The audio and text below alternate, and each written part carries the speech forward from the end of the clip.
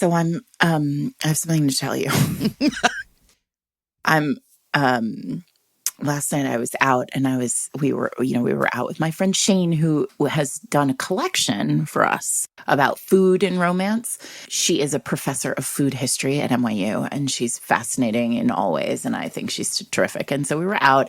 I happened to be driving in her car with her for reasons. And I got out of the car to say goodbye, and my daughter and I were in the back seat, and I reached to like pull, their car has like a sliding door, like a minivan style door. And I reached to like pull the door closed, and I ripped the handle right off the door of the car. Oh, my goodness. All right, Hulk Sarah. With my superhuman strength. My goodness. And literally, first of all, I was like, oh my God. Her husband froze. Just like he was standing outside the car and he was like, whoa, what's happening? And then he just plucked it gently out of my hand and like threw it in onto the seat. I was like, it's fine. And I was like, I'm sure it is not fine. It doesn't seem fine. You're like, I'm ripping the door handles off things. My goodness. Literally, like, my daughter was like, Mom. Oh, yeah. What? Oh, the horror of that. Sure. We were all horrified. And then Eric kind of came around the corner because he wasn't with us. And I was like, Eric, I ripped the handle off of the car door. Everybody was just like, what is happening? And so I just want everybody to know that like lifting weights, beware. Because I'm a new woman. I was like, I'm so strong. I'm like, I have superhuman strength. I can tear cars apart now. I mean, listen. Beautiful people rip handles off car doors. What to say? I'm a romance hero now. Perfect. No notes. Episode over. The episode is not over, everybody. This is one of our best, most fun, favorite episodes of the year. I know. It's also one that we usually get a lot of new listeners through. So everybody, I don't know, welcome to Fated Mates. I'm Sarah McLean, superhuman strength. Also, I read romance novels and I write them. I am Jennifer Prokop, weakling, to be honest. I've been sick for a few weeks. I'm getting better, but no, I'm not. I'm just laying in bed. It's been nice. And I am a romance reader and editor. And this week, we are doing our best of the year. Now, it's always like nice to have like a moment to talk about what we mean by this, because we are not claiming that these books are like empirically the best books. Well, we are claiming they are bangers all. Yeah, they're bangers. Like, and basically though, I think like these are books that we really loved reading ourselves and that we think you will love reading. And I think they're like really a reflection. It was funny. I was thinking about like typically it's like Sarah has 5, I have 5. And I've read a lot of hers. She's probably read some of mine, but not always. And I think this year I was thinking these are a real reflection of like where I am as a person. Because everybody in mine is like, let's fuck things up and fight. Yeah. Listen, I have a lot to say about like when I think about mine as a group too. They feel like they sort of vaguely go together. Yeah. Like I feel like my group of 5 could be sponsored by like tequila. Let's fight and fuck. I mean, that's it. And you know what? You're going to have a nice time. That's what I'd say. You know what? That would be a good interstitial, fighting and fucking. Huh. Putting it on the list. Put it on the list.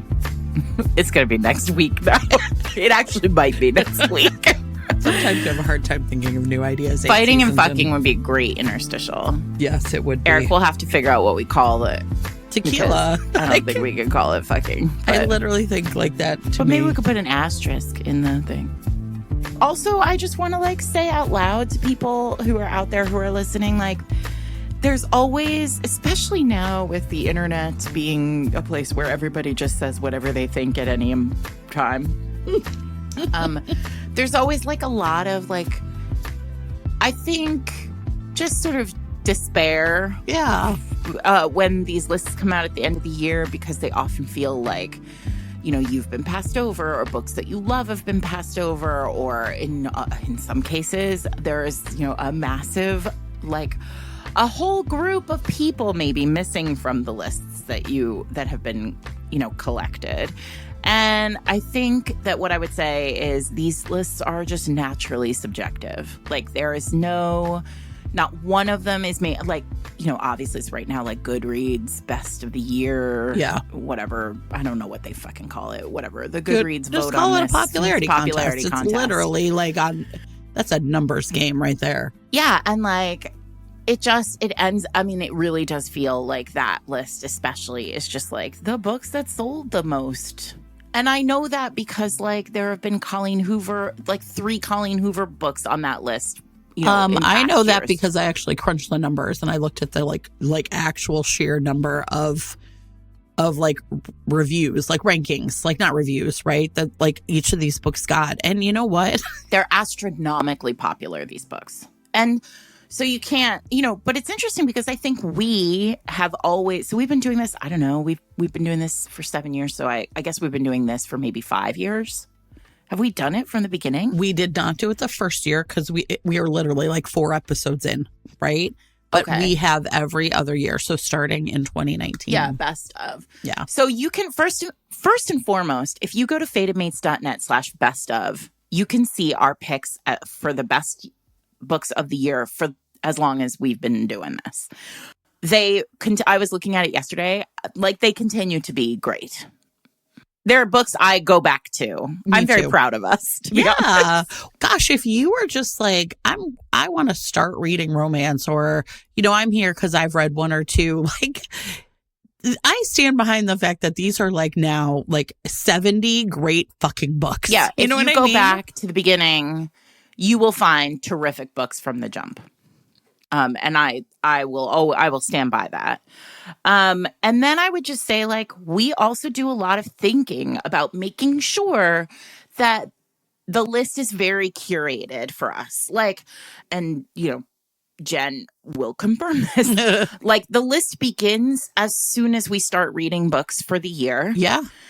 In fact, I already put a best of 26 list on the 26 list. Like, and maybe, listen, here's what I hope. I'm manifesting for 2026. I hope that book drops off because you've read so many. There are so many great ones to choose from.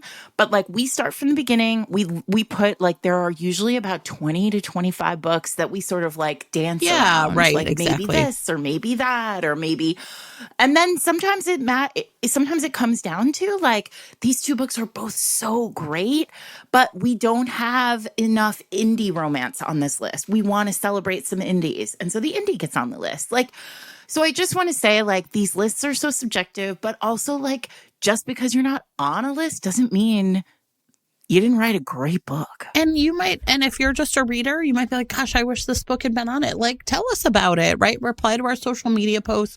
We'll repost, people's suggestions. Oh, I think would be great. This is just like a time of year when a lot of people are, like gearing up for, I'm going on a vacation with family. I want to like, stuff my Kindle full of books that I want to read. And you know what? A lot of these books are just, I don't know, like they're really fun. They're really great. And I think they're also just like, right, like there's going to be, I hope, something for everyone. I was looking at the list this morning, Jen. I know. There is something for everyone. There's something for everyone on this list. There are a lot of historicals on this list too, everybody. And that's because I was like, I'm putting all these historicals. Yeah. I think that's the other thing. Like, this is a list that is like really emblematic of like who Sarah and I are as readers, our like listenership. This is not going to look the same as a list generated by someone who mostly is reading books from like TikTok or mostly reading romantasy or whatever, right? Like, of course. So, yeah. But that's kind of what's fun about it is like, I feel like Fated Mates listeners know that when they come to us, they're going to get a different kind of list. They just are, because we are, people who have been reading romance for a long time, so we know what we want. One last like housekeeping note, everybody, and this happened last year too. We're releasing the list essentially right before Thanksgiving. And so if a book came out in December of 2024, that's how we sort of count it. So, last year we had a book that came out in December of the previous year, the same thing this year. This year we have one. Because that's also a big concern. Like, is, that dead time in between Thanksgiving and, the new year, and what happens if a book releases then? Well, if it's great and we haven't read it, but we might put it on the next year's list. So I feel like almost every year we have a December year before or list. like something, really close. So because there is a certain, the other thing I want to say, and this is true of all best of lists, like almost entirely to a list, is there's sort of recency bias. And so it's very difficult sometimes because if a book came out in January, like it just feels far away. So, we try to, like I said, we try to start the list early enough in the year. I mean, before the year even begins.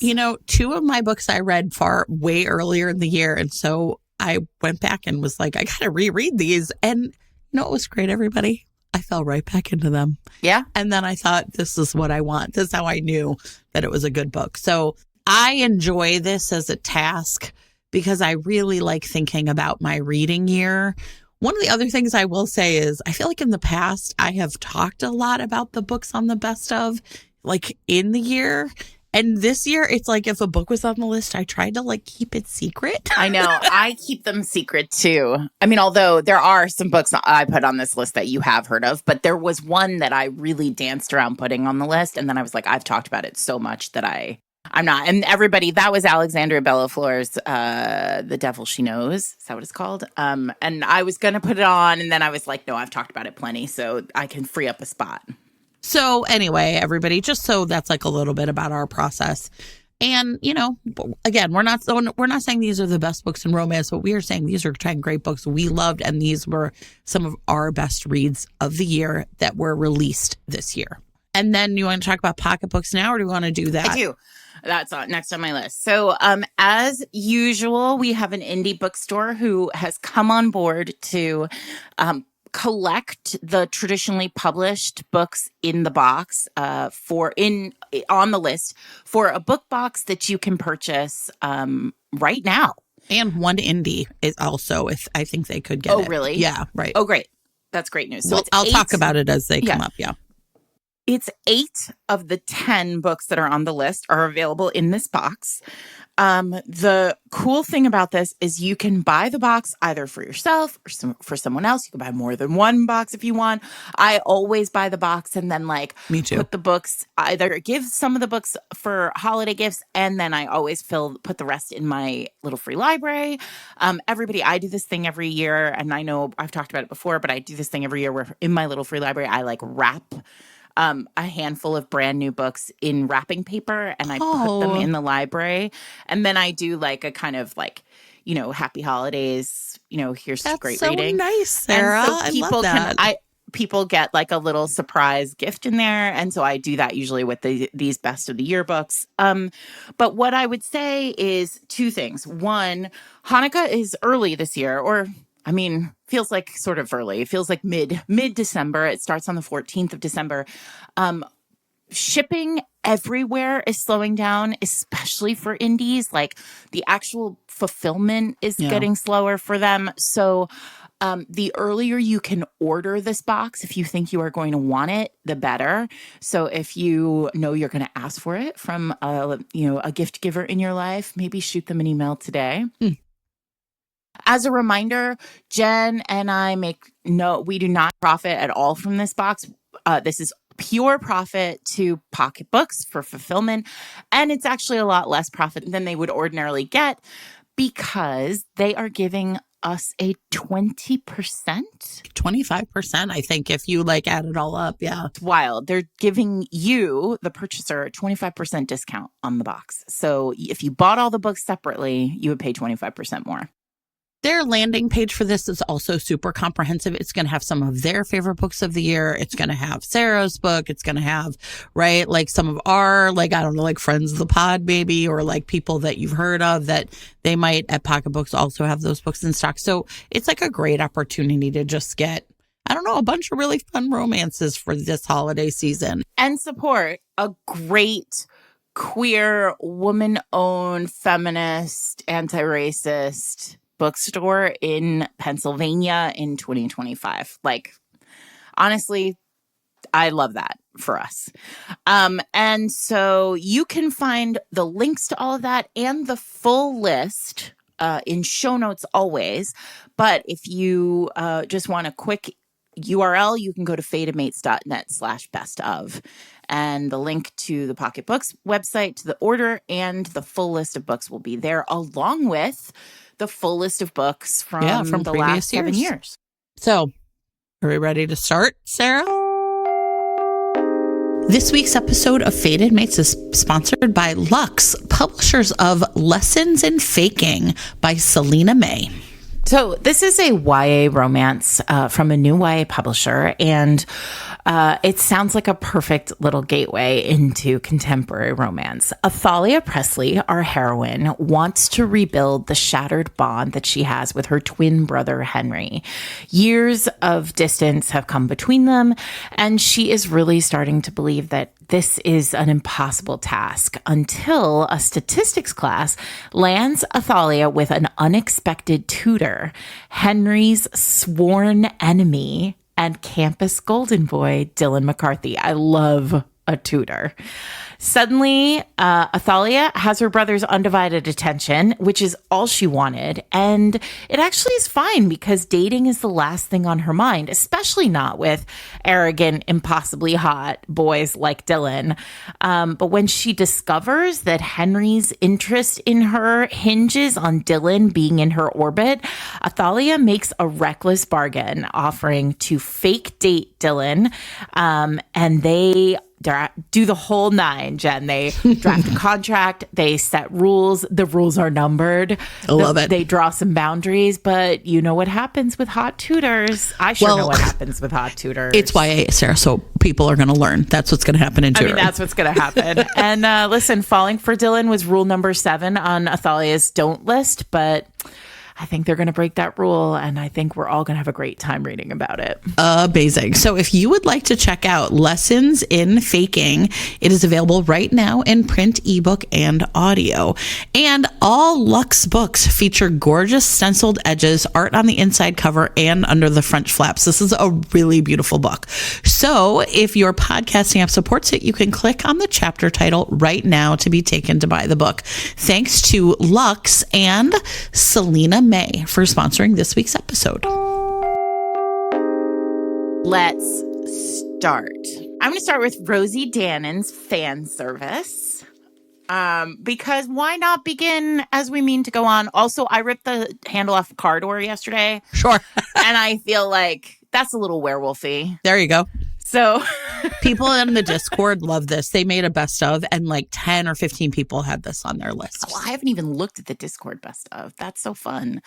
Okay. We love Rosie Dannon here. She writes a very fun, very funny, and really sexy romance. And so, but I would say fan service. So this is a paranormal, a sort of softer than like Cressley, but like paranormal werewolf romance. And it's actually really great because it's like an origin story. And I love that. Like it's a little superhero-y, a little paranormal. Here's the deal. So Alex Lawson, who is our heroine, her father was a wolf expert. She is sort of she's kind of a like, she's like in her 30s. She works as a vet tech in her hometown. She never really left her hometown. And, but when she was a kid, she was the creator of a massive wiki, essentially, for a werewolf television show, like a kind of Buffy the Vampire Slayer style, like show about werewolves, that ran for 7 years. And when it was like how she came to like find her like a place for herself in her soul and also like on the internet. She became a kind of legendary moderator of this wiki, and she moderated like chat groups related to this show. And she was a teenager, and this book begins with this really beautiful moment where she goes to a con. And she's like last in line to meet the star of the show, the werewolf guy. Yeah. And she's like a teenager at this point, right? Yeah, she's like 17. Devin Ashwood is his name. And she goes and she like has this moment with him where she's like all like shy. And he says this cool thing where like she sort of feels this deep connection to him. And then she overhears him like basically calling her a like weirdo. And she's like, fuck this guy. And then she decides like to stick it to him instead of just like walking away from fandom. She's going to like continue to run this, massive wiki that has all the information possible about this werewolf show. Cut to years later, 15 or 16 years later. The show is over. Devin can't get a job. He's like fired by his agent, and there is like a super mega blood moon. It's so great. Happens. And bad news for Devin, but great news for us. Turns out he is actually like this blood moon activates werewolf in him. It's amazing. Tremendous work, everybody. So there's like but of course, like it happens, and he freaks out because he's like in his 40s and now he's a werewolf. And he's such a himbo. Like, oh it's God, honestly perfect. What a dum-dum. And so he's like, I don't know what to do. So he does like basically the only thing he can think to do, which is email the mod of the wiki for the show that he was on because he's like, I need a werewolf expert. And like, this is the closest I can get. So she's like, she thinks it's a joke. He goes to Florida. He flies to just outside of Orlando. I mean, I love listen, you guys, it is a delight to read this book. It is so funny and so clever and like silly and also like really lovely. And so, okay, he flies out to Florida and they meet and she's like, oh my God. Like, and so at first she's like, great, I can torture him. But then it becomes really clear that like, holy shit, something has happened. And she's also like kind of a wolf expert because of her dad, right? Yeah, and she's like a vet tech. I mean, the whole thing's so perfect. And also a werewolf expert because of the show. And so, listen, you guys, I know this sounds so silly, but the reality is like, it's very sexy. Like there is a moment where, so of course she's like, well, in the show, like he can like, he's a lie detector. Like he can tell if people are lying. He can like feel their heartbeats, like sense their heartbeats. So he's like, he's trying to lie detect her and he can like hear her heartbeat. And she's like, these questions are really boring. Like none of them are going to get me, Yeah. And then he's like, when was the last time you masturbated? Like he like basically is like seducing her in a Dunkin' Donuts. It's amazing. There's actually a great line in that scene where Rosie's like, where's the heroin things? Or he gets hard and he's like, I can't believe like I'm getting a hard on in Ben Affleck's favorite coffee shop. Rosie's a great writer. Anyway, and then there's like this, but so here's the thing, the thing that really sets this apart for me, and I think it's like a hallmark of the 2025 paranormal, like it's very, very sexy and very, very like, and very paranormal. Yeah. Right. But there's something so playful about it that really sets it apart from like paranormals of 20 years ago. Right. Like there's a great scene where like they're testing his like scent skills. Mm-hmm. And this is like, they haven't even kissed yet at this point. I don't even think like, but they are hot for each other. And so they're like in the woods and she's like, I'm going to like, she basically gives him like, he gives her like a 5-minute head start. This is like baby primal play, everybody. And so she like, he has to scent her first. And so like, he's there. And the way Rosie writes it, he smells like all down her. And then he at one point like kind of recoils and she's like, what is it? And he's like, no, it's just the wolf, like what the wolf wants to scent is not appropriate. and it's like, Rosie. And then of course, like he chases her through the woods and you think to yourself, like, anytime I'm reading a book, I'm reading a romance novel, like it's like part of the worst part, I think, of the job, right, of writing them is like often I'm reading them and I think to myself like, well, what would I do next? Right? Like, what do I think is going to happen? I'm always sort of a couple of pages ahead. Like, what do I think is going to happen? And I'm always drawn to a book where something happens that, like, I didn't expect. Right? And so, but in this particular moment, right, you think he's going to, like, chase her down and, like, pin her to the ground and then, like, fuck her in the woods. Right? And, like, and listen, I don't hate it. But when he gets to her, like, it's playful. Yeah, Like it's they're both it's great. Yeah. like they're like having a great time. And he doesn't like pin her down. He like, they go again, right? Like it's like, oh, let's do it another time. Let's see if you can like, if it's just so charming and funny. I also thought that book had something like really important to say about like fandom, about the ways we connect to each other in the world now. The community that she has, like Alex's friends are like, they're online friends. They're friends she met like through this fandom, and they have this like ongoing, really lovely like chat. Yeah. And it's just, I was delighted start to finish by this book, especially because I think often, especially now in romance, like you might be delighted by a book, but it's like not horny enough. Yeah. Like, or a book might be like just like super sexy and like not have sparkle. Like there's no, but this really like it threads that line, that needle. It like, it's such a perfect kind of balance, and also a really great example of how paranormal can evolve into like whatever we're doing now. Yeah. So that's Rosie Dannon's fan service, and I really loved it. All right, inspired by the talk of paranormal. You know, I don't think neither of us have like what I think anyone would call like a pure romantasy on the deck here. Oh, well, I mean, you've got, is that what you're going to talk about? Yeah, but I'm going to talk about Son of the Morning by Akweke Emeze, because to me, again, I think it's like riding the paranormal line. And we've kind of briefly mentioned it. We had an ad for it a few weeks ago, but this was a book that I found myself really interested in because, and it's something Adriana said got me thinking about like a lot. One of the things that is, I think, appealing about paranormal is it's really plot driven.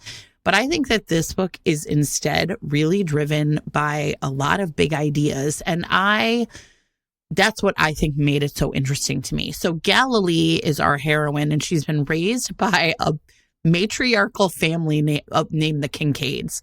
So Nana Darling is her grandmother, and then there are her aunts and her cousins, and it's all women. And she has actually kind of like moved out.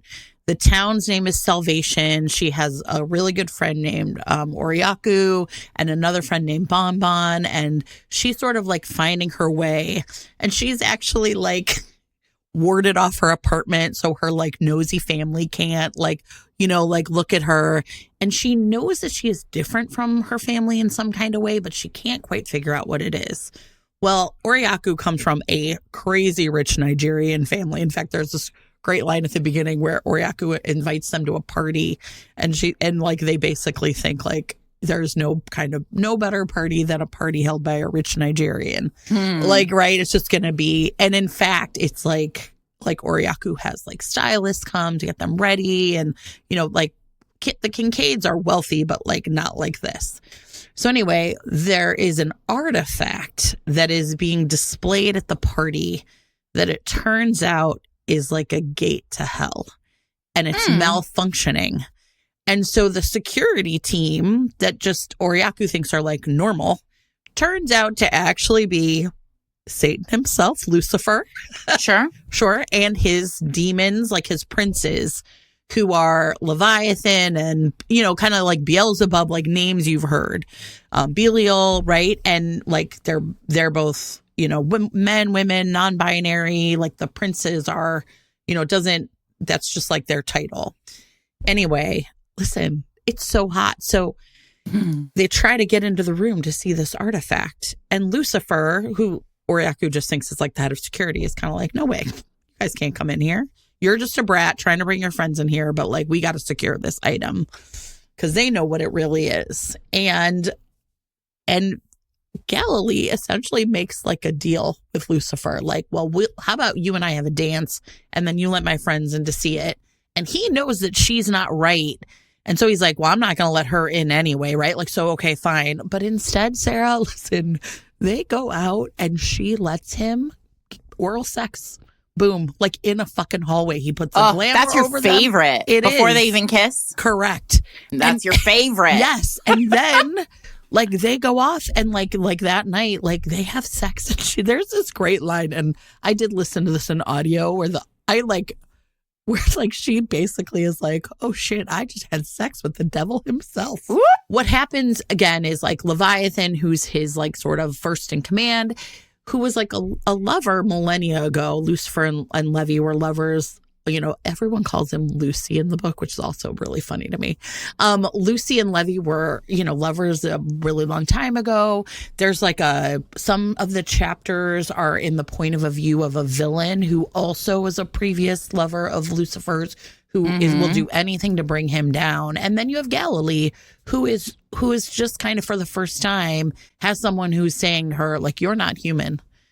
Now, the thing that a lot of the book is essentially the reveal of who this villain is and who's working against them, right? Like why this Hellgate, which is like this mask that is like existed essentially for like thousands of years was actually used as like a death mask. And so many people have died under this thing. That's what's made it evil. And the thing about this book that I found myself really marveling at, and it's why it's on the list, is number one is the writing is spectacular. So I think anyone who read You Made a Fool of Death with Your Beauty will remember that was like a real hallmark, was the writing. There were sentences that were so lush, that were so descriptive, not only of like the world, but also like thoughts and feelings and the way like we perceive things. I don't know. I found myself thinking over and over again, oh, you know what? This book is about good and evil. No, this book is about forgiveness. No, this book is about secrets or power or surrender or revenge or suffering or change or love. Like this was a book that was grappling with so many big ideas. And of course, like what else could you do if you were going to make Lucifer, right? Like your hero, right? And I was really also fascinated by the idea that like in the book, there are two of his previous lovers, right? Like sort of this villain who does get named eventually. And then Leviathan, who both had felt so betrayed by Lucifer, but also were still so drawn to him. Yeah. And yet what Lucifer wants is Galilee, because she can like burn him with her touch. And he has not felt anything for, thousands of years.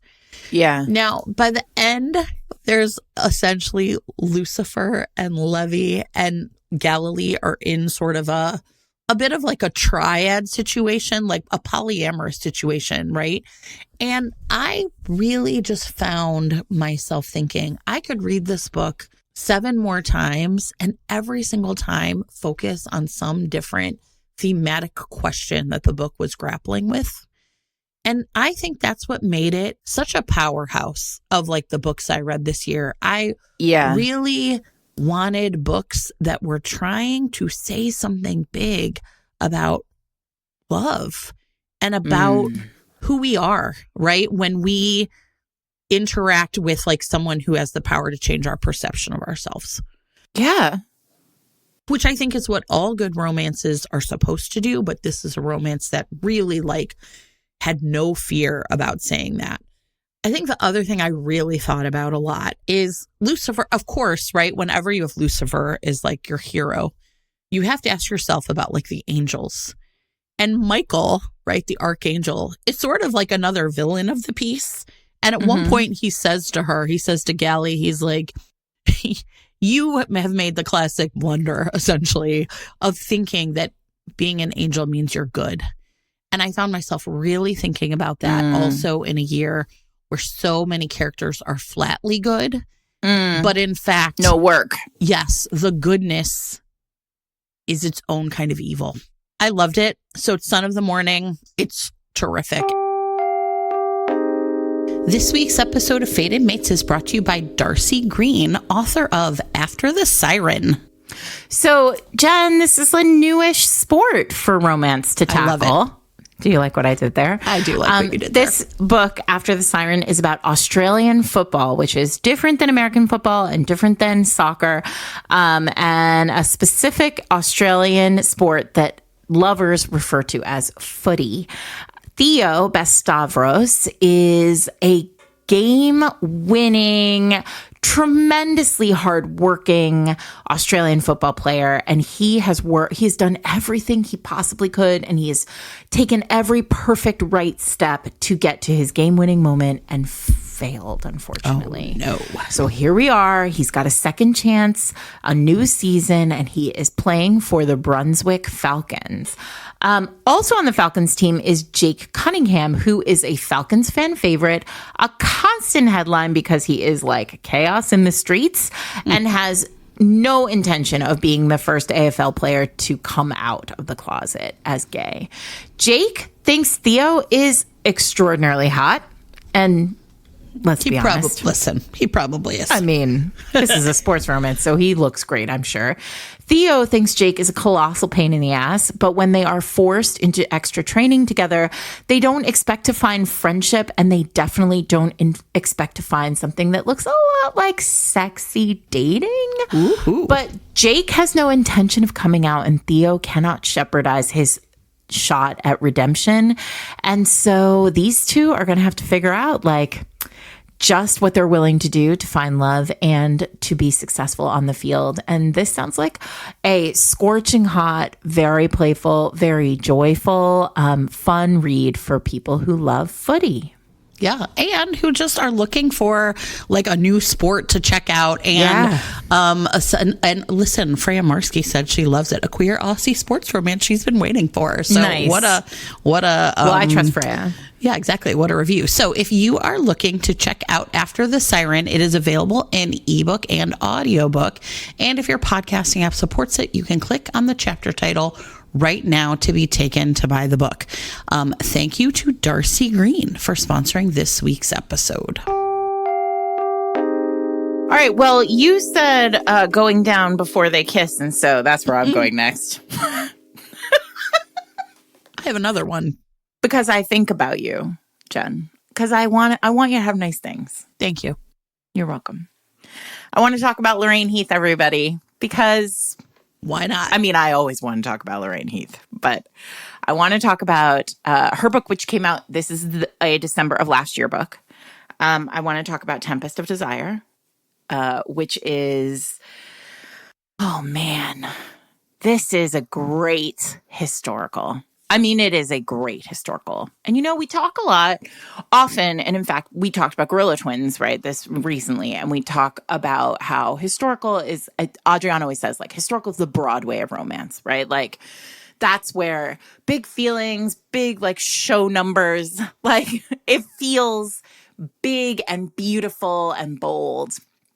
And all of that is true. Like, if you want to read something where just the plot is bananas and things just are immediately off the rails, like, historical is where you should be. But I think the other thing that is a real hallmark of historical, especially now in 2025, as we're sort of moving through a time when there are fewer and fewer historicals and more of these kind of like broadly pleasing contemporaries, right? Contemporaries that are pleasing wide swaths of readers instead of just romance readers.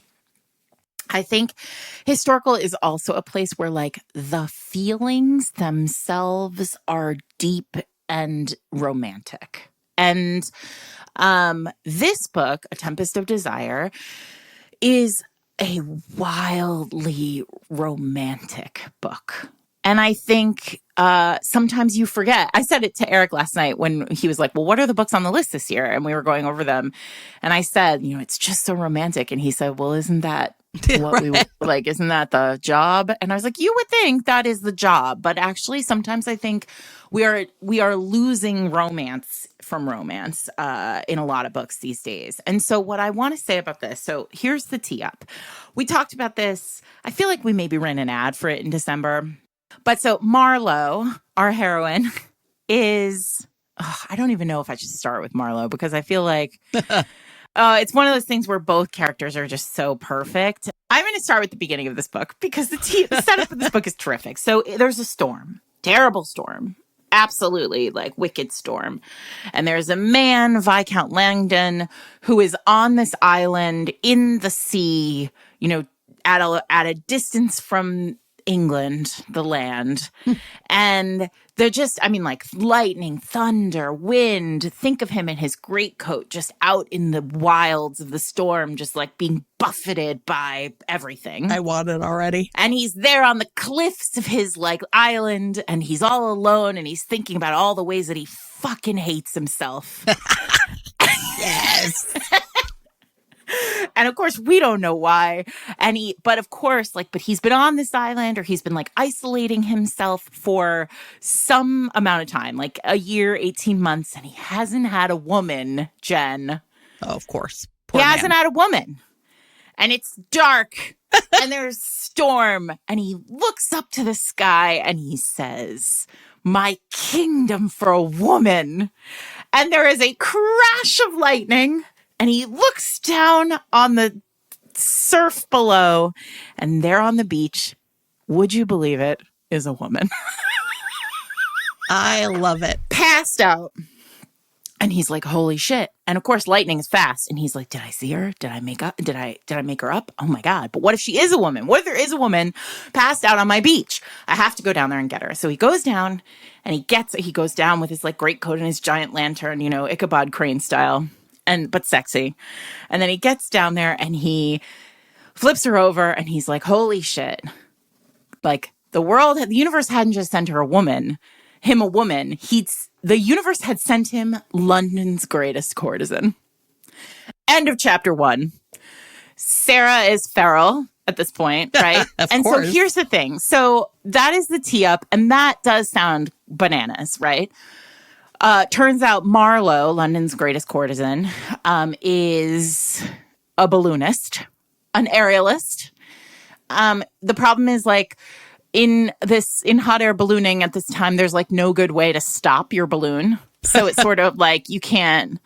So she like got caught in the wind and like was blown across this, Sure. the sea.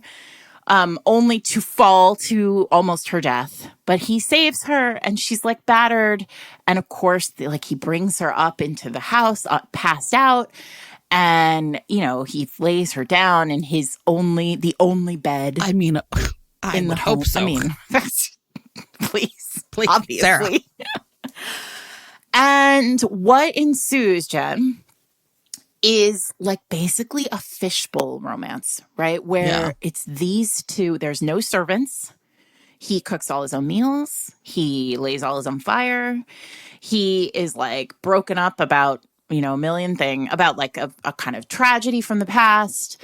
And she wakes up and is, you're sort of left with all, Lorraine leaves you with all of these questions, like, why was she in the balloon? Like, so she has been a courtesan been the mistress or the, companion to, not a mistress, because her benefactor is not married.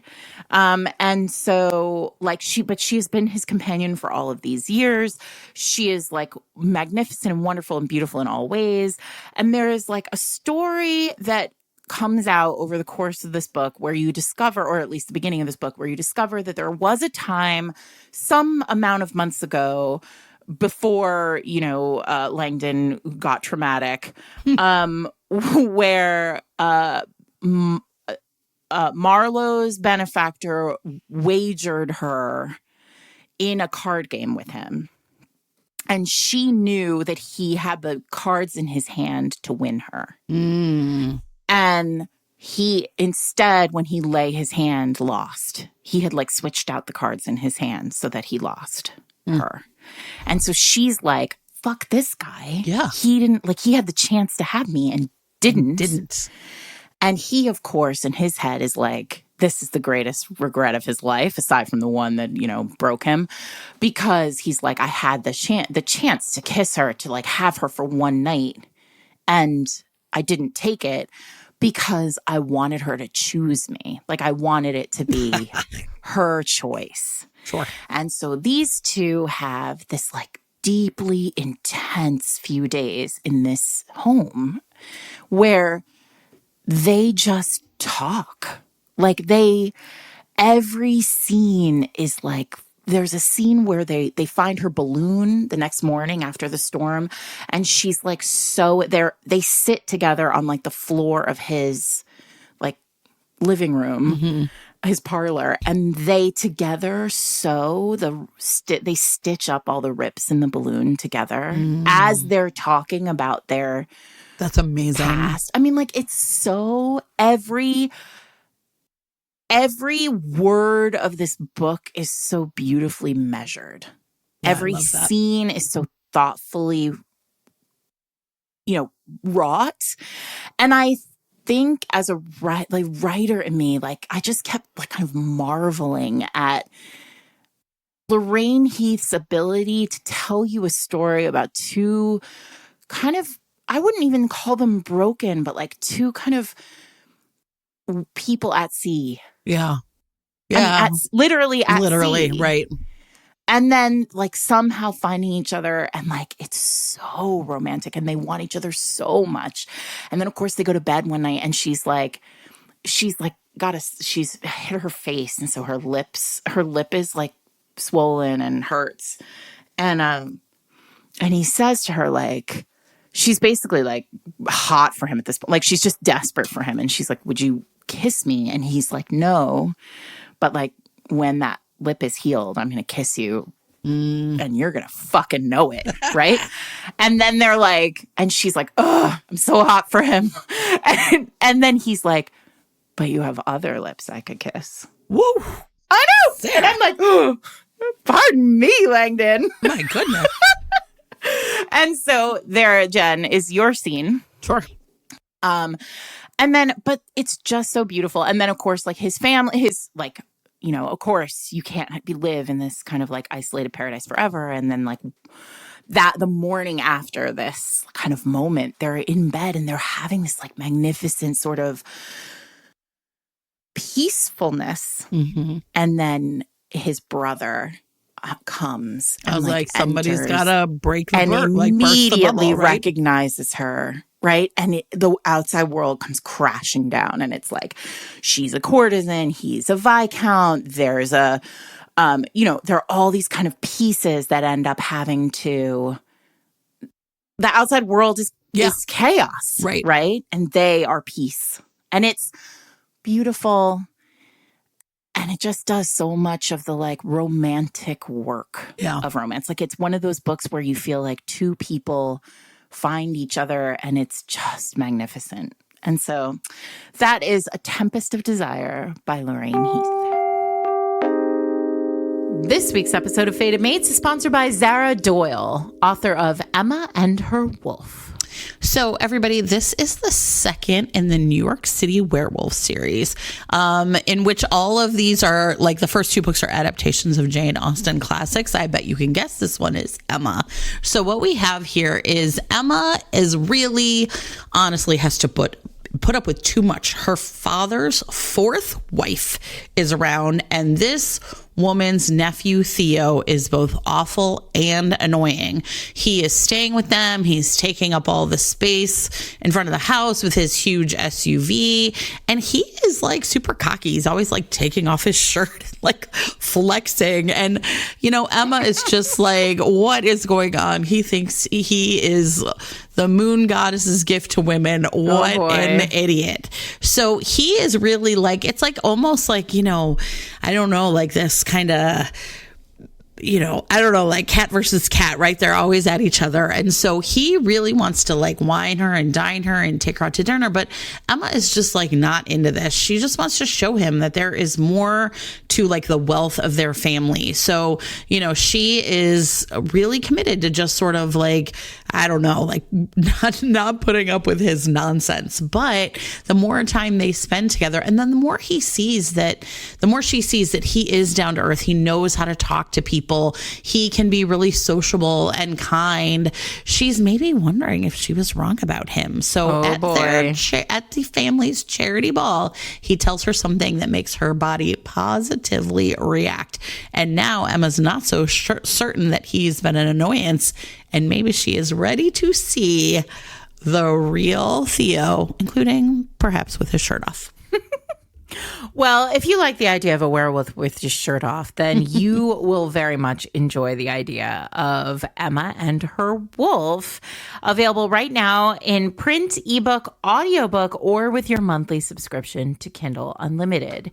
You can click on the chapter title right now if your podcasting app supports it and be taken to buy the book, which is a contemporary standalone spicy werewolf romance based on Emma, with billionaires, forced proximity, and shifter romances. It sounds terrific, and thank you so much to Zara Doyle for sponsoring this week's episode.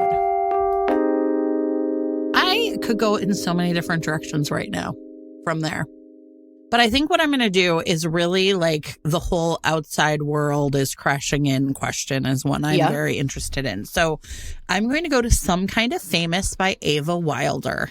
And in this book, which I really, really loved, Merritt Valentine, she's like a songwriter and a musician and a performer who essentially made, I don't know, 4 or 5 perfect albums starting when she was like in her late teens.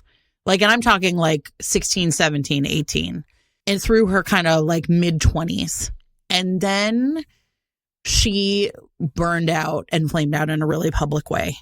And the thing that felt really timely, especially now, is that it is so, and where she is now she's 35. So like for the past 10 years, she has been trying, yes and no, like trying to get her life together. And then a couple of years ago, like ended up in this small Colorado town living with her twin sister and her sister's husband. So it's like she eventually made her way back to family. But those years where she was in LA in the music business, she was like, you know, a beautiful young thing. She was targeted by older men. She was, you know, she made these amazing records, but she was coping with sort of she was coping with essentially the way that she had been treated, like, right? Trafficked in some ways, right? They made her a star, but there was a price. And the trauma of that, she was drinking, she was doing drugs, right? And the night that she flamed out, it's clear that she had either like that she had overdosed essentially. And that, you know, she was so close to like losing her life that she kind of got scared straight in some ways. And I think the book makes a really interesting choice, and one that I think is really effective, to have her be like 10 years away from that moment. But like, you know, she's rich. Like she had made these albums that are still get a lot of, you know what I mean? Like she still has like a lot of monetary comfort from that time. But the kind of inciting incident is that her sister is pregnant and is basically like, you own a house in this town. Like she bought, like, you know, but you have to move into it now. But she just hadn't been ready to be alone.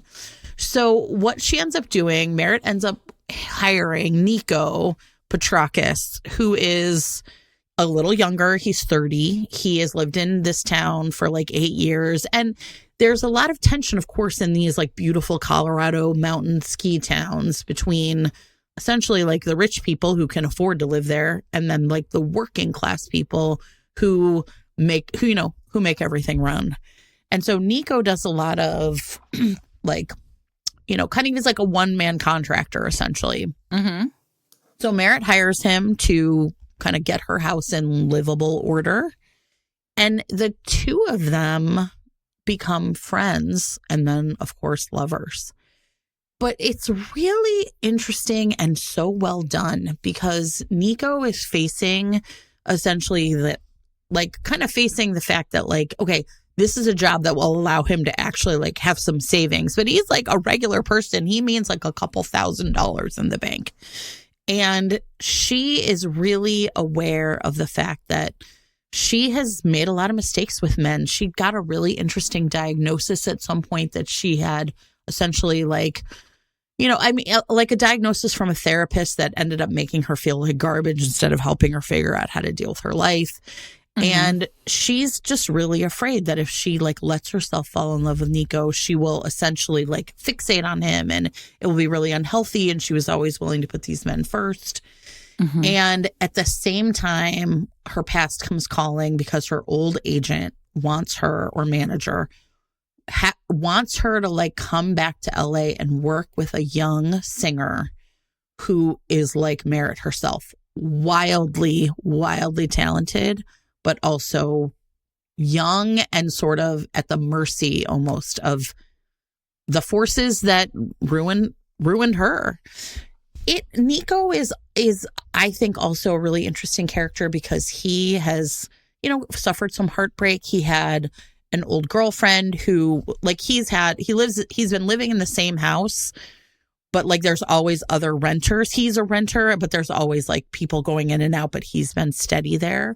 And he had an old girlfriend who essentially like kind of was like, I'm interested in opening up the relationship with like another man. The three of them were like sort of in like a loose relationship, but then like Nico got kicked back out again. So he's got this like tender heart, and he is really aware of the fact that like he doesn't have health insurance. He doesn't have like, this is, you know what I mean? Like all of the ways in which being essentially like working poor in this town means that what will his future be like? I found this book, again, to be just really thought-provoking in terms of how do you, if you have led a life that Merritt's kind of ashamed of. She's ashamed of her choices. And it's not until she like goes back to LA that she's able to maybe put some things in perspective. And she also like Nico's too proud for her to be like, well, just come live in my house with me and you can stay in this town forever. And Nico, I think, has to be on a journey. Like this is a book, and this shouldn't feel as like both of these characters are really on a journey. And they have to figure out who they are before they can be together. And that used to be something that happened all the time in every romance I ever read. But this felt like notable to have Ava Wilder's interest in both of her characters and their journeys be so well matched, if that makes sense. So yeah, I just really, these are people who really put themselves down, do not think that they're worthy, and finding each other somehow gives them the ability to like let go of the past. I thought it was terrific. So that's Some Kind of Famous by Ava Wilder. So I think there is something that is working for both of us this year, and that is people who have to, and I think this has always worked for us, but I think this is a cornerstone of romance, which is like people who over the course of the romance have to come to terms with who they really are. Yeah. Right? And I think this speaks to, again, what we've been talking about, this kind of, there is a kind of trend toward people who are already fixed in romance these days, who are just sort of like quietly like vibing toward love because they've already like repaired themselves and they already know who they are. Right. And I think that's not what I want from romance, because I feel like I remain questioning who I am. Yeah. Every day, all the time. So I want to talk about Louisa Darling. I'm going to be quick with this book because we've talked about it before, but I really do believe that this is one of the best romances of the year. So, and I want to caveat that like Louisa is a friend. And so, but I do believe this, but take that as you will. In Scoundrel Take Me Away, which is the third in the Dukes in Disguise series. The second book in this series also came out in December. So it would have been eligible as well. Where Have All the Scoundrels Gone? And that book is also great, but this Scoundrel Take Me Away, kind of like when Louisa told me the plot of this book, initially I was like, oh great, it's going to be like Amnesia and Highwaymen, and it's going to be so fun. It's going to be, like really old school in its DNA, right? Like a callback to the 4Js. But the reality is that while it is all of those things, it is probably the book that made me think the most about what I want from an amnesia plot and what an amnesia plot is actually doing. And again, a good example of why this landed on the list for me this year. So, Lucy Lively, who is the heroine of this book, has been in the prior 2 books. She was young. She was sort of the youngest sister, the young sister in the last 2 books, the ward to the governess in the last book, and now is finally this book starts a few years in the future, and she is now the heroine of this book. And the premise is that Lucy has always been sort of the like carefree, like excitable, like cool, adventurous sister who has always sort of been pinned down by the family, because if she's not pinned down, like chaos will definitely ensue. She fell hard in the first book for a highwayman who was like Robin Hooding his way through the series, robbing wealthy carriages, and like she just thought he was the best. And he told her at one point, like, you need to go away from me and like grow up. And then when you come back, maybe I'll give you the kiss you've been asking for, right? Like she has been, but Lucy is really clever. And like through the last 2 books, she's been like kind of finding him on his highwayman like journeys. Like she's on multiple occasions, he has like stopped a carriage and it's been hers. Like she is one step ahead of him, or at least like this is cat versus cat, Lucy being younger than him notwithstanding. And so this book begins several years later. Lucy's been to Paris, or been to the mainland, to mainland Europe. She has had sex. She has experienced the world. She is returned to England and to her highwayman. And man, is he in trouble. Problem is, the highwayman is not just a highwayman. He is also the Duke of Thorncliffe, who was kind of an asshole in the earlier books, like a little bit of a villain in the first book. Very arrogant, very full of himself, and secretly both Duke and highwayman. Obviously, he is keeping the whole thing a secret. But over the last 2 books, he's sort of warmed to her family, and now they are looking for somebody to basically babysit Lucy as she goes out into the world, to like re-enter London society. And they make a kind of deal that Thorncliffe, the Duke, will watch Lucy over the course of, this time that she is in society. And she initially is like, ugh, contemptible man. My heart is only for the highwayman. And then very quickly she starts to realize, like, oh no, she's falling for the Duke. And oh no, she's also falling for the highwayman. And both of these men are very, handsome. And, she would like to smooch both of them. But like, she can't decide. And of course, this is one of my favorite tropes in all of romance, because Thorncliffe knows that he is both of them, and he is jealous of himself. Which is all I want all the time. So he is jealous of himself. And so like, he's basically like, all right, I can't fuck her as the Duke. Like, I can't be with her as the Duke, but I could be with her as the highwayman just like once, like one time.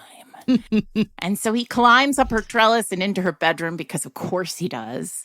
And they like start as they mean to go on. And then, things happen, shenanigans, and he falls out of her bedroom window, or like off the trellis, and lands in the garden and whacks his head. And she's like, oh shit, he died. Like she's looking over the edge. Oh yeah, she's like, oh, he's dead. Shit, he died. And she runs down the stairs and out into the back garden and like rips the mask off of him because he's been masked the whole time, realizes, holy shit, he's the Duke. Yeah. And then her brother comes like, soaring around the corner. And she's like, oh my God. And then she's like, he's the Duke. He sees the whole thing and she's like, we're getting married. Yes. Problem is, you guys, when the Duke wakes up, Boom. amnesia. I've never been so delighted by it, right? Tremendous work here. Just like tremendous work. So then he has amnesia. And so everybody's like, Thorncliffe, you're marrying Lucy? Like, what the fuck? And he's like, I guess I'm marrying Lucy. Like, he doesn't know. And so what ends up happening is she starts to fall in love with this third man because he's different. He's not as arrogant and stuck up and like full of himself and hiding things as the Duke. He's not as like arrogant and ne'er-do-well and like chaotic as the Highwayman. Like, he's just a guy. And he's just a guy who's like lovely and like has a past because we all have a past. And he, has a history with his family that like starts to become unraveled and like uncovered and can finally start to heal because he's not carrying all the weight of the baggage of Duke / Highwayman anymore. He's just a guy. Right. And it's really beautiful because Lucy starts to love him more than, of course, she loved either of the other versions of him because this is this is his true self.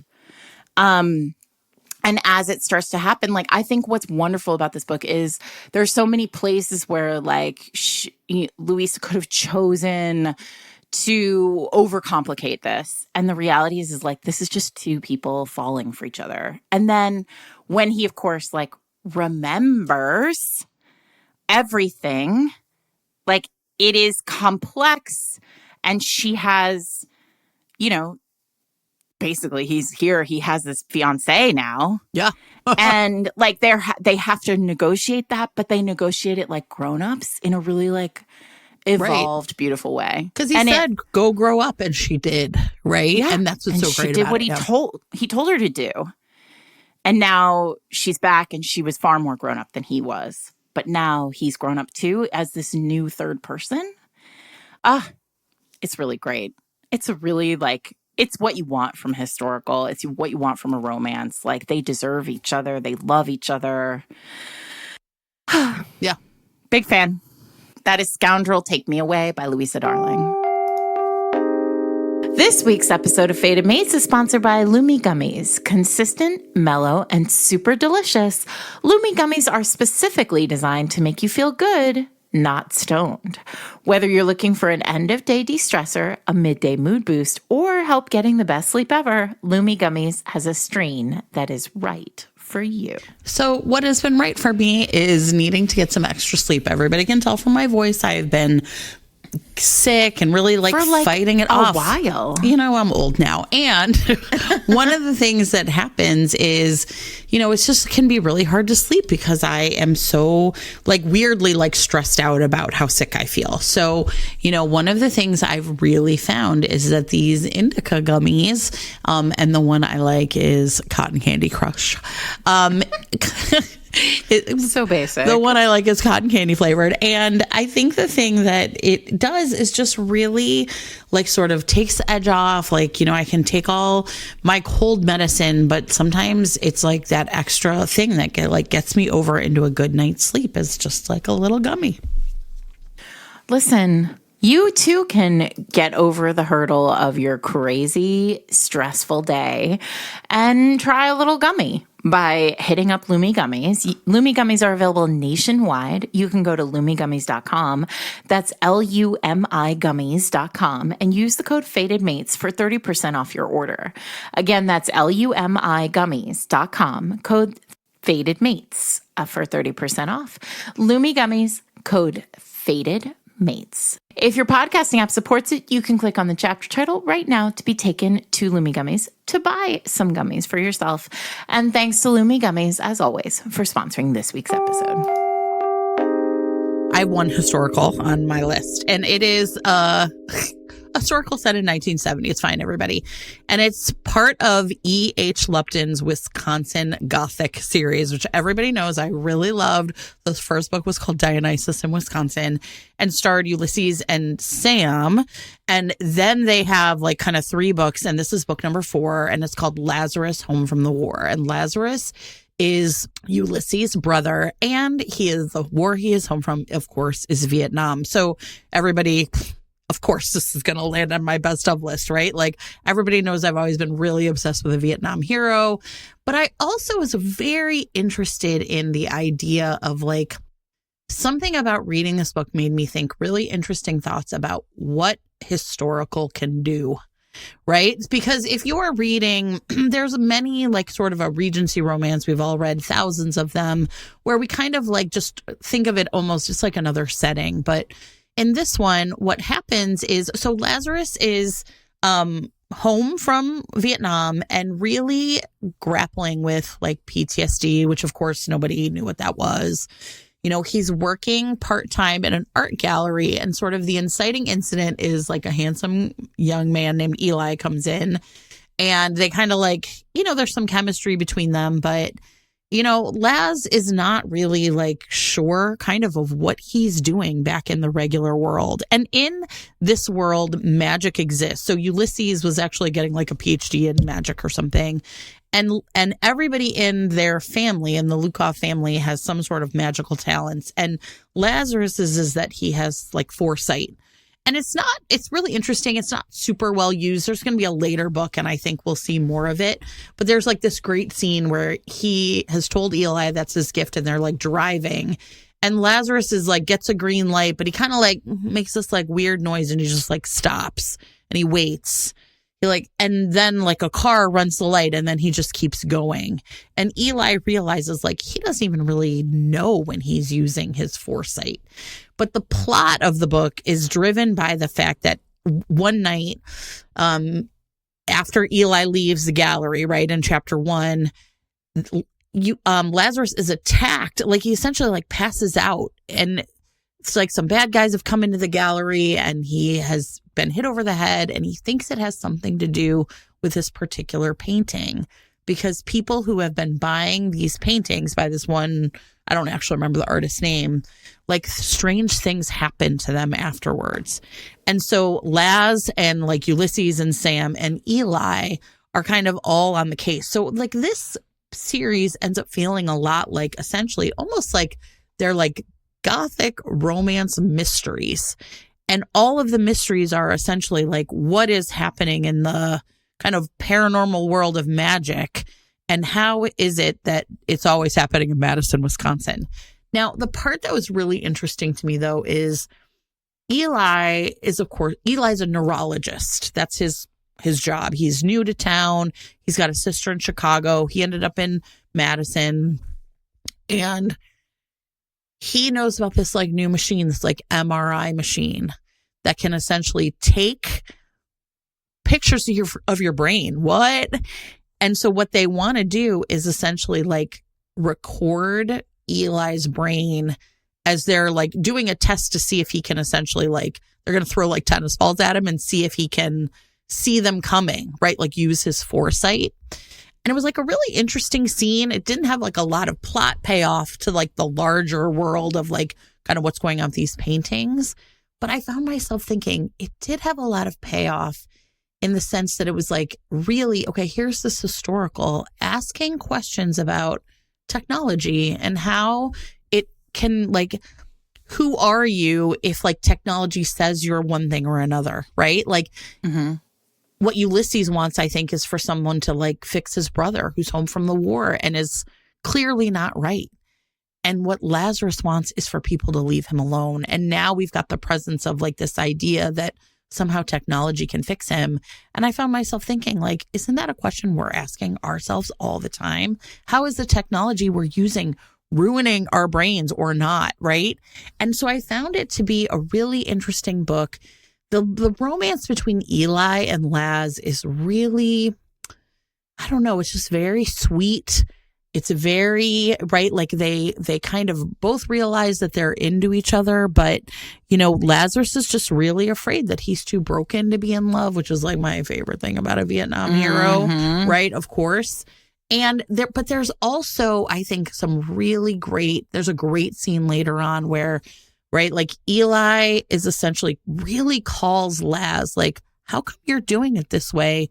You just want someone to give you orders, because then you don't have to think about whether or not what you're doing is right, because someone told you to do it this way. And it's devastating to Lazarus to really have to face that. Like, is that true? Is that what being a soldier over in Vietnam turned me into? Like someone who just wants to follow orders, who has been broken in that very specific way. So anyway, I thought it was great. I really love this series. I think that they are just really fun to read. The question again of like evil, of, right, like art, of like, you know, being home from the war, of like brothers, of family, right? It's all really terrific. So that is Lazarus Home from the War by E.H. Lupton. So I think there's something I want to talk about the Bone King and the Starling, because I think it's weirdly similar to what I think the thing that sort of echoed through this book to me is weirdly similar to what you're talking about, which is this kind of sense of what horrors have done to us, right? Yeah. And so this is by Elizabeth Stevens, and it is a Viking set. It reads really romantasy, like low fantasy. Like it's not really magic. It's just like it's very Viking. Yeah. I want to preface this with a couple things. One, the heroine is a Black woman who is a thrall in a Viking society, so she's essentially a slave. And she is also, and this is also a very violent book. Like there is something very dark about the structure of this book. But there is something really like wildly feminist about this book too. And so I want to talk about it. So the premise is that there is the Bone King is the hero of this book, and he is tremendously powerful, feared by all of like Viking world, and he turns up in a home, like in a village, that where the heroine has been enslaved, and she is very, very badly treated by the people who run this village, and badly treated across the board by basically all of them. He gets there, and because of, you know, the structure of the book, he is allowed to choose a woman for his bed. He chooses her, and he chooses her. We're in his head, and he basically chooses her, and instantly he's like, this is my queen. Like he knows, like he's going to take her. He is never returning her to this family where she is like poorly treated, awfully treated. And it becomes very clear, like very quickly, that this man has like selected this woman, and he is going to elevate her to the position of queen in his world because he is a king. She, on the other hand, is like, I'm not qualified to be queen. I'm not the kind of person who becomes a queen. And like, he doesn't tell her that that's his plan, because of course he doesn't. Like he's so used to just like having whatever the fuck he wants that he just like it never occurs to him to be like, hey, by the way, you never have to return to these people. Yeah. Right. And so they continue to ill-treat her. Like she is now like sleeping in his bed, but they are also like, now clean that and like do this. And she's doing it all. Sure.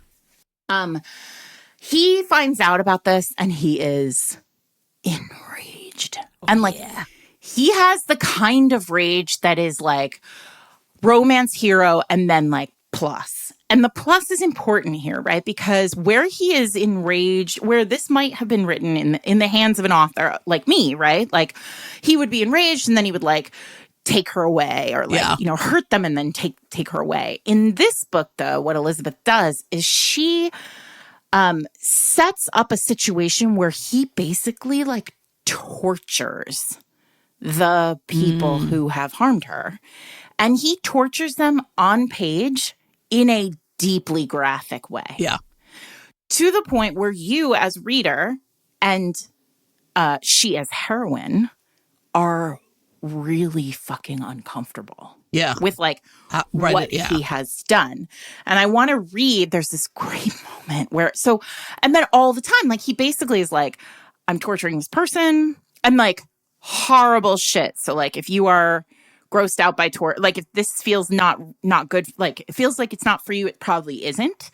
And then he'll like turn around and like covered in blood, smelling of blood. He'll be like, I'm going to take a bath and then I'm going to treat you like the queen you are. My queen. Yeah. My queen. Right. Like, and so at one point she says, and this is like really deep into the book. This is the third act breakup, right? Like this is the crisis moment of the book. She says, so she kind of like watches him do this to somebody who has, ill-treated her. And he turns to her with like kind of a moment of like, look at what I will do for you. Yeah. Look at how I will vanquish you. Right. And she thinks, all I could think to myself was that this king is a male steeped in violence, so saturated with it, he is no longer even aware of it. Yeah. Right? Right. And he wants to be my husband. He wants to share my bed and raise my children, to keep me at his side as his queen, place me in positions where I'm meant to constantly see the bloody madness he is capable of, and somehow never fear that he might turn that madness on me. Yeah. The violence on me. And then she thinks like she was raised by a violent man. She lived in this violent world. She was mistreated by, the people who enslaved her. And now here is this man who's claiming like he's going to raise her to this position of, power. But what of the violence that is steeped in it? Right. That it comes with. And there's something. So, now listen. This is also just like a fucking crazy Viking romance, right? Right. So, but there's some, like, I paused in the reading here and I thought, like, this is new. Yeah. There's something like, in Kingdom of Dreams, when McNaught talks so much about where like the hero of Kingdom of Dreams talks about his own toxic masculinity. Like, he's aware of violence as having changed him. It feels like that kind of powerful moment in the text. Yeah. Where what she's saying, what she's underscoring for us is what, like, this kind of alpha violence that pervades our world. Well, and so much of romance right now. So much of romance, but also the world at large, right? Is like, there is no safety in being the partner to it. You should be terrified. Always. And she takes the fuck off. She runs. And he has to realize, like, he can't figure it out. He can't wrap his head around, like, why she did, right. Why she reacted that way. And she runs and she runs and she's like sort of she runs to another woman, like kind of a place where there are other women. And the person who she is with says to Tori, the heroine, we women have to stick together. It's a cold world out there, and even colder alone, right? So like there's this kind of sense of like, I need more than just this one, than him. Like, I need more than to be queen alone next to a king who is violent. I need a community of people who are not violent, who live by a different kind of code. So, and then of course, like, it sort of works it all out, right? Like, I mean, he does come to understand what is happening, right? And how, like, what she fears. And it does tease itself out in a really interesting way where like she starts to think about, why his violence has unsettled in so much of a way. And he starts to realize like how he has to humanize himself. Like he has to he has to get past that. And it's like complex and powerful and interesting. And what she's doing is something that I don't think other people, I haven't seen much of, right? Like, grappling. I think with that. this is one of those things where like we used to see this in romance a lot more. This kind of like, but what violence at what cost? Right. And we're not seeing it in the same way anymore. But it's really, I loved this book. I am not, as I think many people who listen to the podcast know, violence is not a problem for me in any way. I really thought, oh, okay, Stevens is actually doing a real thing here. Yeah. And I love that. Yeah, that's amazing. That sounds great. So that is The Bone King and the Starling by Elizabeth Stevens. Okay, so I'm going to talk about Maisie Yates's Cowboy, It's Cold Outside, which has, I think, like a similar like theme, which is like kind of the weight of like the past on us and how things change us without us knowing. So Denver King. So everybody, this is the 12th in a 12 book series, in which this was the first one I read because I have no fear. But here's my understanding of like the setting. So it's set in Four Corners Ranch, and essentially this is like a dying, essentially town in the middle of nowhere, Oregon. And Denver King is like the kind of the oldest member of the King family. And then there are three other families throughout the previous 11 books. These families have formed some sort of collective with the goal being to essentially like revive their town. And by this book, the 12th book, they have really made a lot of like great effort in doing this. And that means that they have like kind of revived them, like, Main Street. They have and then like all the different families have like different things that they're doing. So, one family seems to have like a dude ranch where people can come and stay or whatever. And the King family is essentially making like almost like the ranch is like a public place for like events, right? Like they're going to have like, you can have your wedding there now, and they have like turned some of the land into like a hotel or whatever. So, and the thing is Denver has been, his father was essentially like the local kingpin. He destroyed this town with with criminal activity, including, like I think selling or trafficking like drugs, or, all the like people got killed doing business with him. And Denver has tried his best to like make amends to the people who his father directly harmed. And one of those people is Sheena Patrick. Her father got into like business with his father and ended up getting killed. And so and she at 19 essentially gained custody of her three younger sisters. And now she's 31 or 32, and the sisters the youngest sister is off at college. The older two, one's finishing, one has like moved to Fresno and has a boyfriend. And she realized, I know, she's like an empty nester essentially, because she's finally done the work of raising her sisters. And what they don't know is that essentially every month for the past however long, 10 years, Denver has essentially like given her money to help her like kind of get through. Like there was no way that she was going to make enough money bartending, which is like the only skill she had to like raise her sisters and put them through college. And now she has a dream of herself, which is she's like, I want to open my own place. She wants to open up an axe throwing bar, not just a bar for like the locals to like get wasted in, but like a place you could come with your friends and like a whole different vibe. Mm-hmm. And she goes to Denver and she basically offers him a deal, which is, help me open this one up here. It will help you and the Four Corners ranchers to essentially have things other to do, and like essentially like bring more people to town. Like you need to have a bar and restaurants and things to do. And then when it makes enough money that I can open up a second location somewhere else, wherever I want to go. I will leave this one in your ownership. Because she essentially it's never sat right from her that she like needed this money from him. The thing that I think is really pretty spectacular about this book is I think opposites attract is real easy in romance, right? I'm this, you're this. I'm this, you're this. Sheena and Denver are exactly the same. They have too much responsibility raising their younger siblings.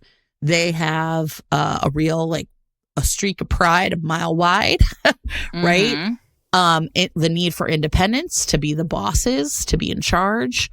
And these two find a way. They find a way to essentially like lower their guard with each other. And it's at first it's sort of like almost like like you scratch my back, I'll scratch yours kind of sexual relationship. But of course it turns into something more.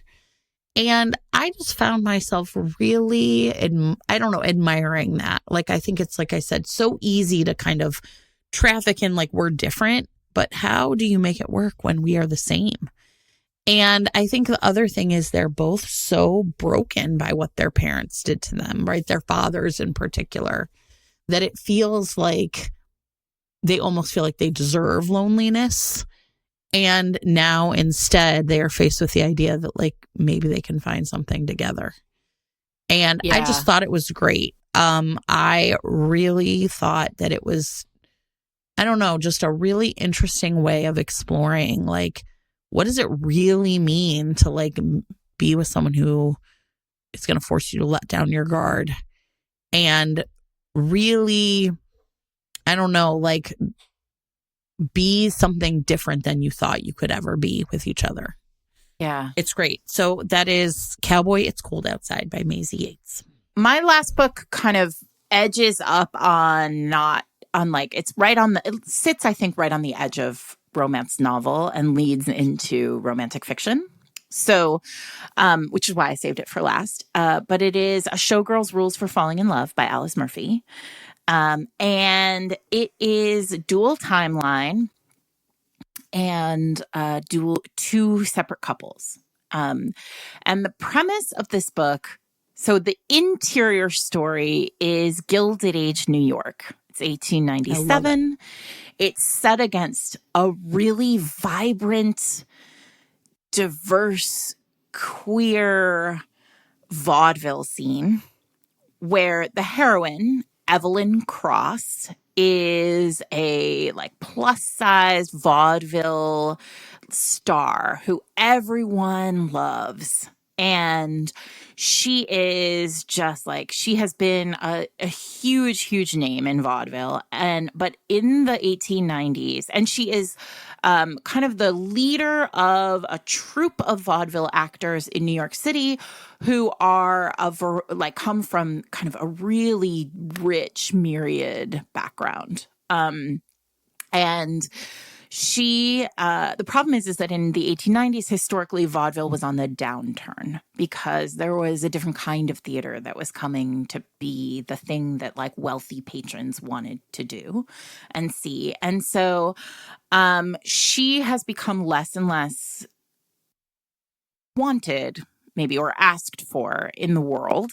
But there is a new man in town, Thomas Gallier, who is a newly kind of wealthy theater owner who is putting together what will become kind of the last of the major vaudeville spectaculars. Mm-hmm. And Thomas is looking for a person to kind of headline his vaudeville show. And the moment he sets eyes on Evelyn, like he is gone. Yeah. Gone for her. Now, this is Gilded Age New York. For those of you who have ever read a Joanna Shupe book, you know that there is the kind of 400, the very, very wealthy Gilded Age people.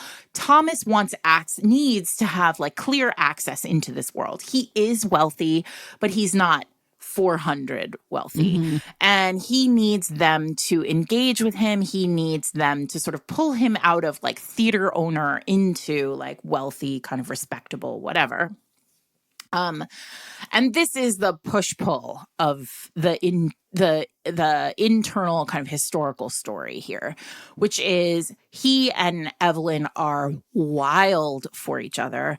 There is this tremendous scene where they go to Coney Island and they ride fun. like the love boat in Like the Coney tunnel Island, of love and they, or like, whatever. Yeah. make out in the tunnel. Like it's so romantic, but in part it's so romantic because you kind of know, like, it can't, like, these two people do not, and like they don't end up happily ever after in this world, right?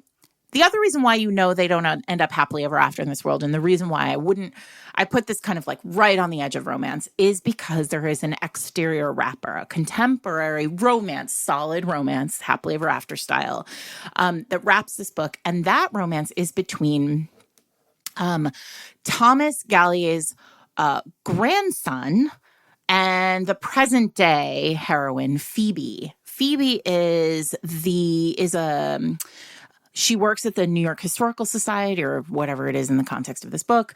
And she is an expert in vaudeville, and a particularly expert is as a plus-sized heroine in plus-sized Evelyn, original vaudeville dream, right? And the book begins with her in her like cubby hole in the New York Historical Society, and this like deeply handsome man knocks on the door of her office and is basically like, I wonder if you could tell me who this person is. I found an old photograph in my great grandfather's, or maybe grandfather, in the family archives, and I'm trying to figure out who this is. And she takes one look at it and she's like, that's Evelyn Cross. Like, where'd this come from? And so then the two of them kind of go down the rabbit hole, trying to figure out like what the story behind why his grandfather would have had this kind of salacious photograph of Evelyn in his private archives, because this is not the modern day hero's grandmother, right? So like, we know that back in the day, Evelyn and Thomas did not get together, or whatever happened did not happen publicly, because now, 3 generations later, we know who his grandmother actually was. And so the kind of reading of this book is really lovely, because your heart's in your throat in that way romance like can do. But you're really aware of, you already know the end of the interior story. Yeah. Or at least you know what you think the end of the interior story is. And then there's this kind of exterior romance that is a much softer contemporary romance, like feels very 2025 contemporary romance going on in the outside. And I think what's really beautiful, I think there are a few things that are really beautiful about this book. One, we've talked so much recently about how one of the hallmarks of 2025 romance, or like the romance of the 2020s, is these kind of big communities. And I think Alice Murphy really delivers a really beautiful, big community of like a vast and diverse community to Evelyn in within the vaudeville society, right? And I think that there is a kind of really like rich representation across the whole book. And I love that. I think it's really beautiful. I think it does some really beautiful work in terms of like historically showing like, there were people in wheelchairs in vaudeville. Like there's like a historical kind of context here that's really lovely. On top of all that, it also does this really interesting work where she threads a very difficult needle as a writer to give you 2 happily ever afters that look very different than what you would expect. And I loved this book. I tore through it. I was very, very happy to give it a cover quote. And I think Alice is a really tremendous, tremendous writer. And I'm looking forward to the next thing, which I think is set in the 50s. Oh, fun. And so I'm very excited about her as a new voice in historical. I'm excited about all new voices in historical. But if you haven't picked this up, it's actually really like big. It's a big book that like you can really sink your teeth in. I would also hand this to people who are like I'm not a romance reader. Yeah. Readers, because I think it lives in a really interesting kind of, if Possession by A.S. Byatt were like sexy, this is where we would be. Nice. Yeah, I think you'll love it. And I'm so happy it's actually in this box, because I know a lot of people do what I do and buy the box and then gift the books. This is a good gift book. Yeah. And that is Alice Murphy's Showgirls Rules for Falling in Love. Okay. So last but not least is Jenny Holiday's Into the Woods. This was a book that has been on the list all year for me because I read it. It came out in January. And in this book, it's funny because I think sometimes a book that I'm like, I don't want to read about adults at camp. Like this was, I didn't go to camp as a kid. And so I don't think I have like that. You know what I mean? Like that. Yeah, no, like, draw I know. to it. Also, why would you? No. Yeah. And so I think at first I was like, and then I ended up reading it and I loved it because Jenny knows the job. Oh, yeah, gosh. Jenny Holiday books, when they hit, right? Yeah, they do. And so Gretchen Miller she's about to turn 40. She has a successful, like essentially like dance studio that she runs in I guess it's probably it's somewhere in Minnesota. I don't remember if it's like St. Paul or Minneapolis or whatever. And she essentially, though, is like really tired of trying and failing to find essentially like a romantic partner. And in particular, she's also really tired of the way that she positions herself like into the male gaze, right? Like worrying about what they think of her. And, it's just like a really key part of her journey is like what she basically tells herself is, I'm going to have one last like hurrah before I turn 40. And then I'm just going to like stop this. But she goes out on a Tinder date. It ends up being a disaster. Is it Tinder? Sorry, I don't think it's Tinder. She goes out on a Does Tinder still exist? I don't know. So she goes out on a essentially dating app date and it's just a disaster. And she's like, forget it. Now, in the meantime, she's also planning to buy a building to move her studio. Like she's really she gets essentially a friend essentially is like, look, there's this really cool camp for kids, like teenagers up in the woods. It's like an arts camp and they have a writer in residence and a musician in residence and a dance instructor in residence, like you name a painting, like visual arts people in residence. And it's like essentially the way the camp is set up, the whole thing is 10 weeks and it's like 4 weeks is one session with kids. Then all of the artists get 2 weeks of their own in the camp to do what they want to work on. And then it's like 4 weeks with another group of kids. And Gretchen can't commit to doing both sessions, but she can commit to doing the first session because it sort of coincides with the time that it's like so slow at the dance studio that she shuts it down anyway. Now, the other person that she's going to meet is Teddy. He is the music guy, and he has just had a spectacular sort of breakup with his band. He's the bassist, and essentially he threw a rock star fit and threw a TV out the window or whatever. And he just is so anxious to get away that he signs a contract for this, not realizing that there will be teenagers there, and so he essentially just gets involved in the situation, kind of not really even knowing what he has signed up for. But he thought well, I'm going to get away. I'm going to write my revenge album and say what a dick this guy the lead singer's been. And Perfect. I'm just going to have this moment. Well, Teddy and Gretchen end up agreeing essentially to kind of having this no strings affair. But the thing that I loved about this book was what it had to say about art, which as the year has gone on has been even more and more grim, right? As more and more people just think AI made it. And instead, these are people who want to make art. And the thing that was also really, so Teddy is trying to find himself essentially as a solo artist in some ways. And he ends up having it was actually really interesting to think about this in the context of the Ava Wilder book, right? Where she was a young woman taken advantage of by the music industry. And Teddy, one of the musician he ends up working with the most is the 16-year-old girl who like loves banjo. And he wants to like essentially like be like produce her, but like not in a way that's creepy, in a way where he's just like, this is a person who loves making music for the sake of making music. Well, Gretchen, who is always essentially viewed as love dance, has never really felt comfortable thinking of herself as an artist in some way. And yet working with these young women and choreographing, like realizes like, I am an artist too. I'm not just like a yeoman, right? I'm not just here to like essentially, I don't know if that's the right word. It feels like it is, to essentially like just like, I don't know, like teach other people dance, but I myself don't really think of myself as a dancer or an artist in some kind of powerful way anymore.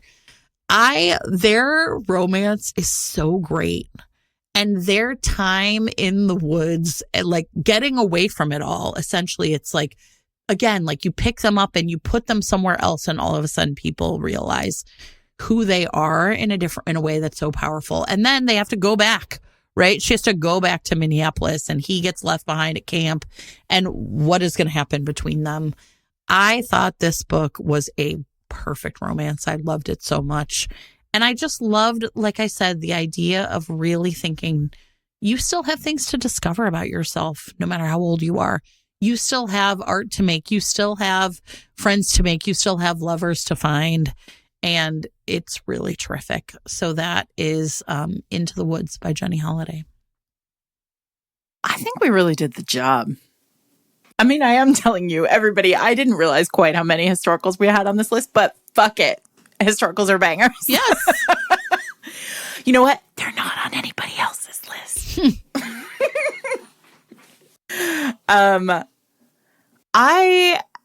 I'm really thrilled by all of this. I have not read all of your books. I haven't read all your books. And I don't think you've read all of my books. And so I'm very excited that this is just filling up my holiday romance pile. Yeah. Everyone, Jen said this at the beginning, but let me just reiterate. We would love to hear your favorite books of the year. Post them to our Instagram account at Fated Mates Pod, or Threads at Fated Mates Pod, or Blue Sky at Fated Mates.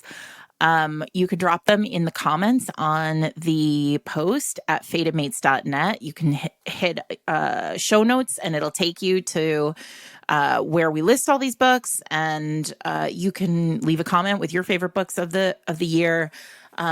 We would love to hear that from you, because we are always looking for great books, and tell us why too. Tell us what about them really made you happy.